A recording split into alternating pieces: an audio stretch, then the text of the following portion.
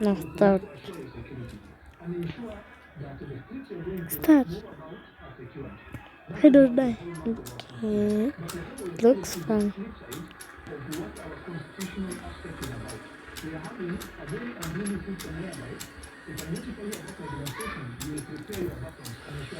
I wonder.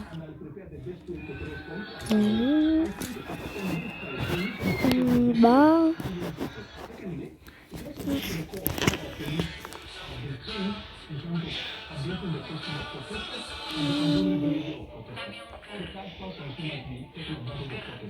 Ngr. Jadi ada sing ngr. Ada sing ngr.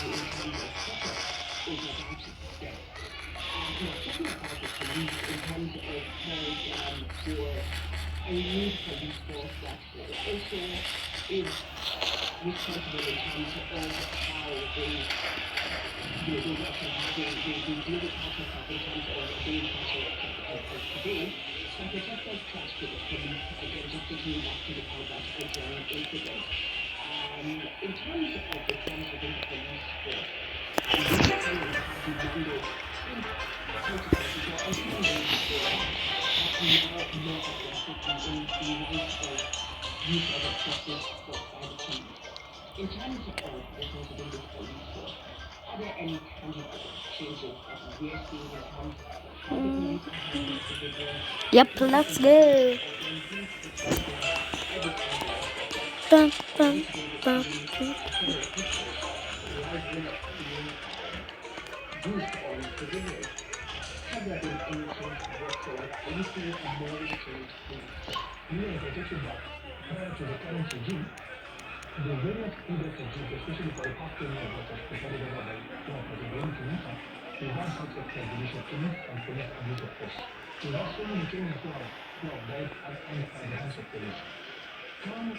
Dun, dun, dun, dun.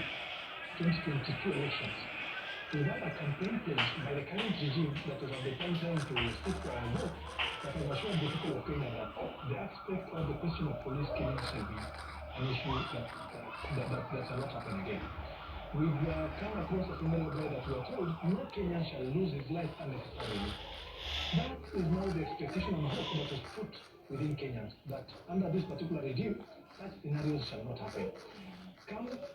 When this particular regime took the mandate, and I've said this before, over time, every regime has stressed the aspect of police reform to achieve its own ends. The moment that particular police reform issue is addressed, there are so many things that they try to do, or the people regimes like want to abuse the police force, like not succeeding. So for them to continue abusing the police force, they have to fight that particular reform within the police lines. The only thing that we're having at the moment, and which is a good thing, is when Officer Albert was young, what has happened to him, that so many Kenyans are also suffering under the same threat. At least, it is special and specific case that has gotten to the attention of all Kenyans that must be addressed or counted holistically to safeguard the lives of any other Kenyan who might be within the hands of the police. So, the question of police reforming itself, so many recommendations are made. I think the Maraga-led team have also made a recommendation in terms of how the police is supposed to be reformed.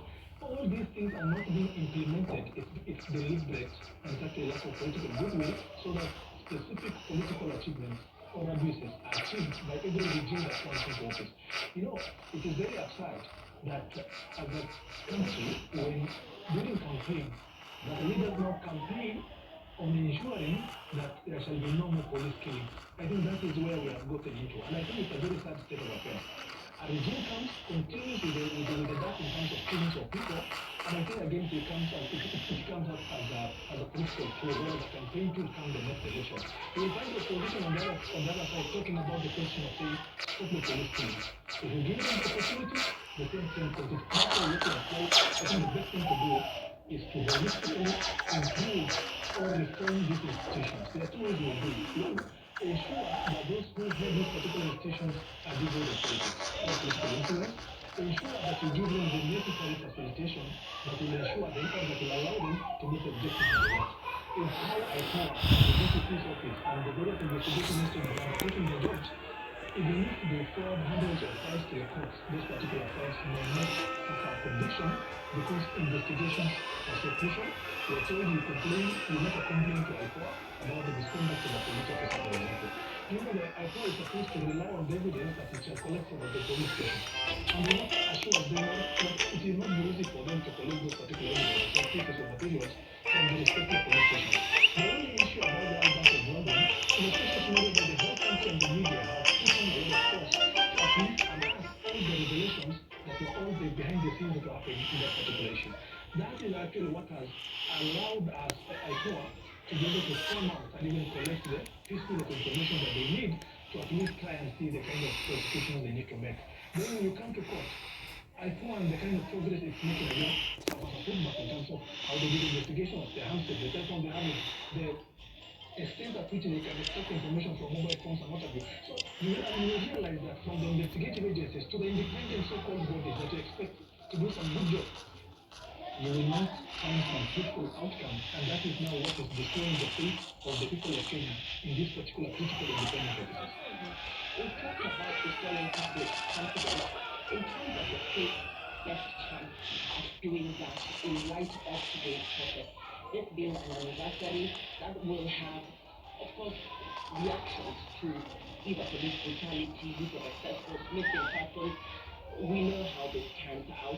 What is the state's best chance at restoring public confidence? What should be their priority following today's anniversary protest, especially among the youth and preventing future unrest, to prevent a vicious cycle of protest with one side feeling that they're not being heard and another side remaining defiant? Issue number one is to arrest all those particular officers who have resulted in the deaths of Kenyans, including that of Albert Ojwang and any other protester who may have lost his or her own life. That is number one. Secondly, is what the president has talked about.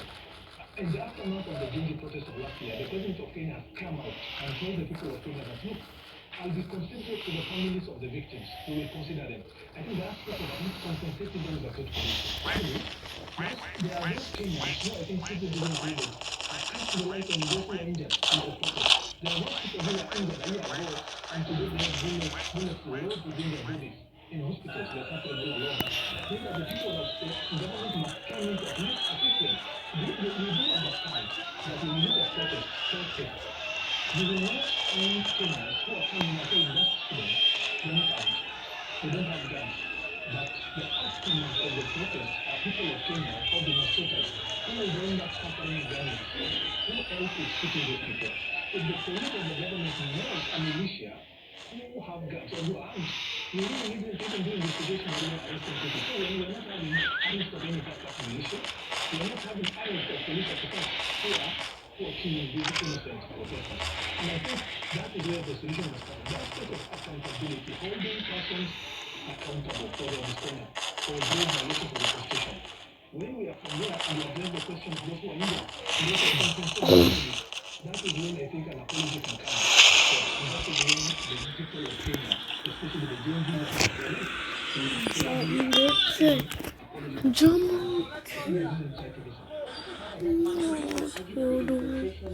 No, And that is something that remains really nobody knows who has organized these goons. Are they goons that are just taking advantage of the situation? Are they criminal elements that are just taking advantage of the situation? And therefore, no end in sight as regards who should really take responsibility. Who is the villain? Who is the victim? I think one important thing that we must not forget is that the police is responsible to ensure the safety of the protesters, and also the police is responsible to ensure that there are no goons or third parties that infiltrate or damage the protesters, or even affect the protest. If we are having a police service that ensures the peace and lives of the protesters, together with taking an action against infiltrators by the name of goons or call them any other name, that is when we can have an orderly process. If you look at the current images that were coming through the media and social media platforms, we were having the police service not taking any action against the so-called goons who are armed with batons and sticks. And you will find the goons working in the midst of the police. The police not doing anything to the goons.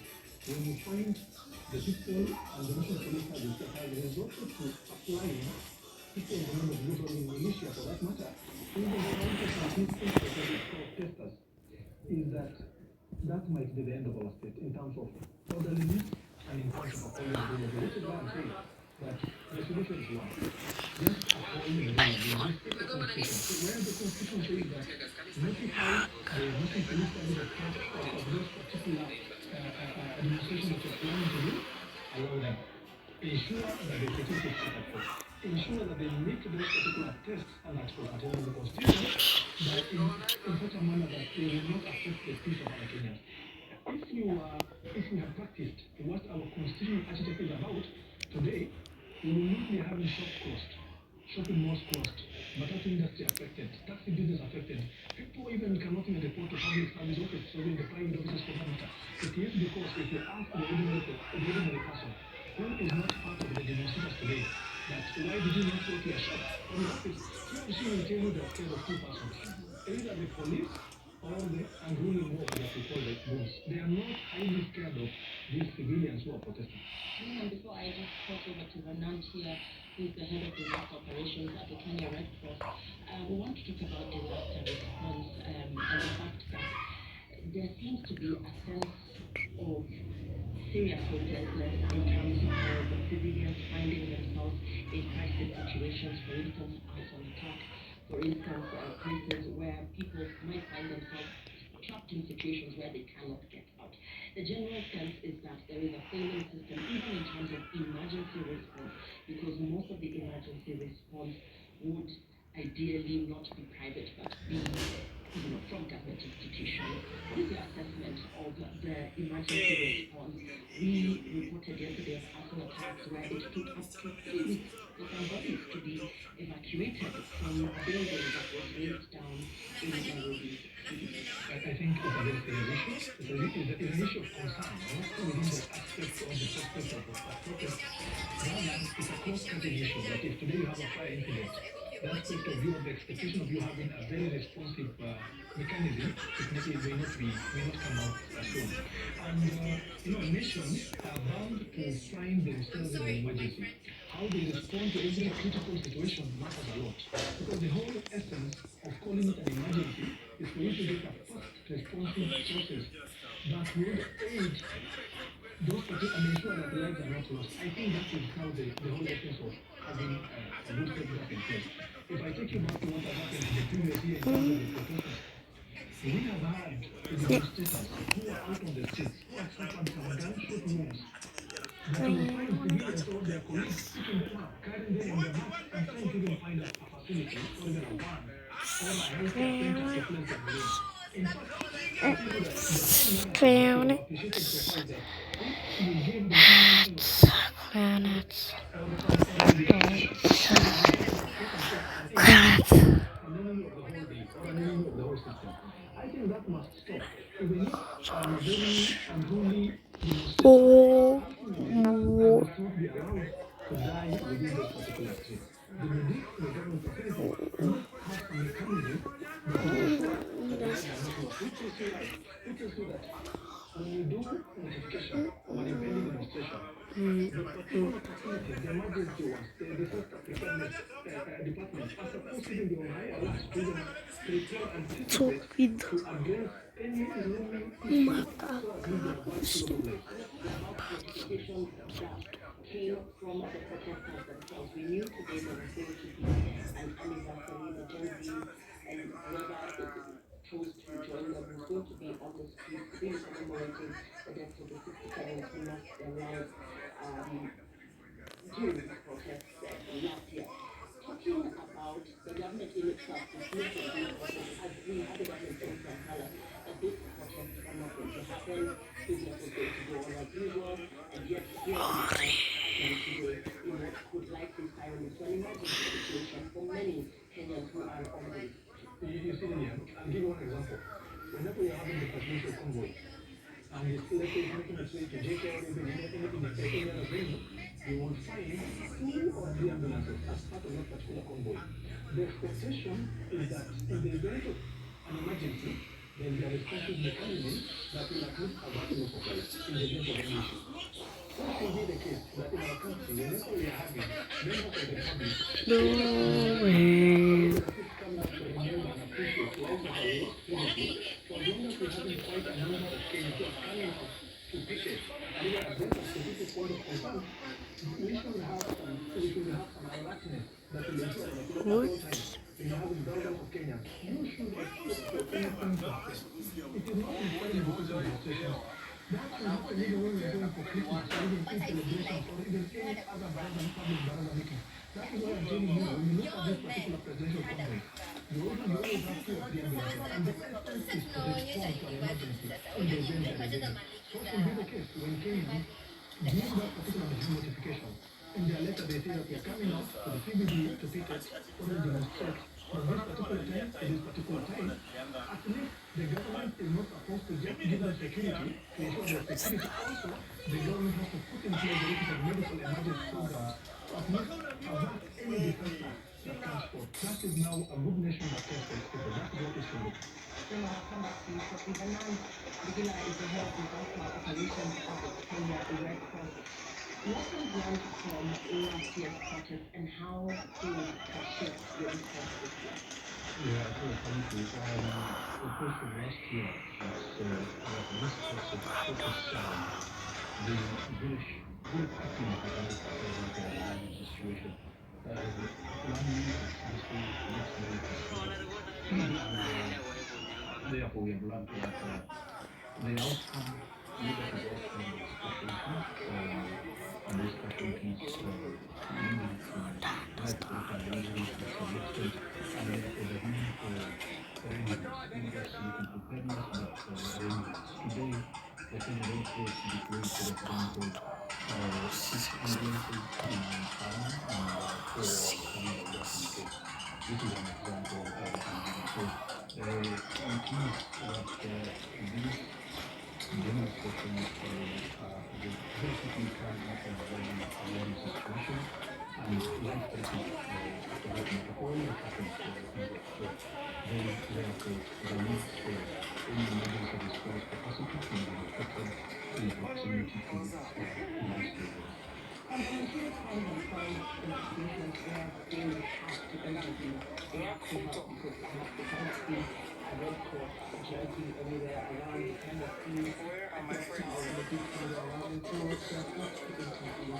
Now, in terms of handling these situations, they may not have the proper medical training. Sometimes how you move somebody could lead to more damage than what is already there. What is your message in such situations to people who find themselves, civilians who find themselves, well wishers who find themselves in situations where they must intervene because they are the only help at that time that is available? The message is that one, we should remember that we are not experts in what we are doing, and their actions may result to deteriorating or injury for that matter. We must say the basic thing they can do is to make sure the affected person is removed or is kept in a place that is not exposed to further injury, and then from there they try to call for expert bodies to come and handle it. They should not aim at transporting the victim for that matter for long distances because they can deteriorate the injury. Have Red Cross activated any emergency shelters or safe zones for people caught in violent situations? These incidents not yet, but what we are running are trial point, and trial point is basically to see the level of the injury, but also we are offering our services in terms of assessing services, but also in terms of psychosocial support in those locations. We have not received any victim who requires any form of sheltering, whether the local shelter or the displaced beyond the region. But in case that happens, we have emergency shelter systems we can use and support them. Has the political reporting of the material impact of projects like these to the public authorities? For instance, as of now, we do not have numbers in terms of casualties, in terms of any fatalities. How does the Red Cross record these numbers? Are they able to tell by the end of today how many casualties have been faced, what type of injuries, what sort of injuries, if this gunshot, if it is bleeding, if it is perhaps being shorter than in the case of a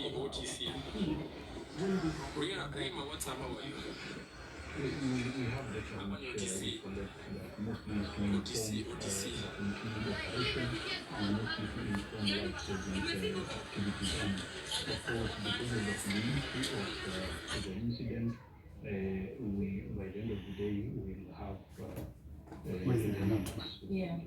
And I don't talk talk back about here. ensuring that your responders stay neutral and Should be safe there, make it amid the simple. tensions between the protesters and the police. Yes, There sir. are cases where I didn't civilians think. are the ones that are injured. There are cases where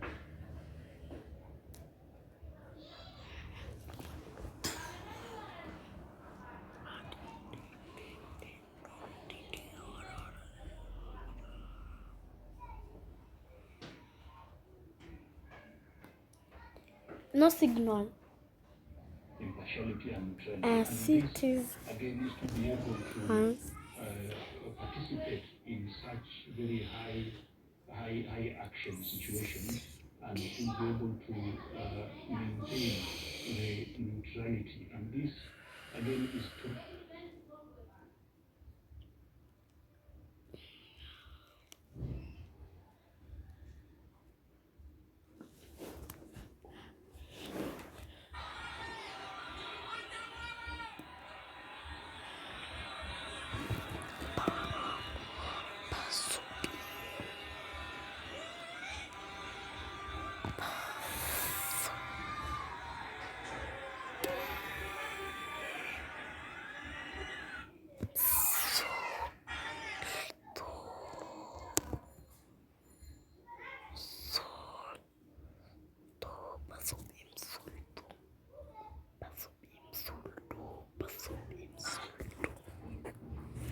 It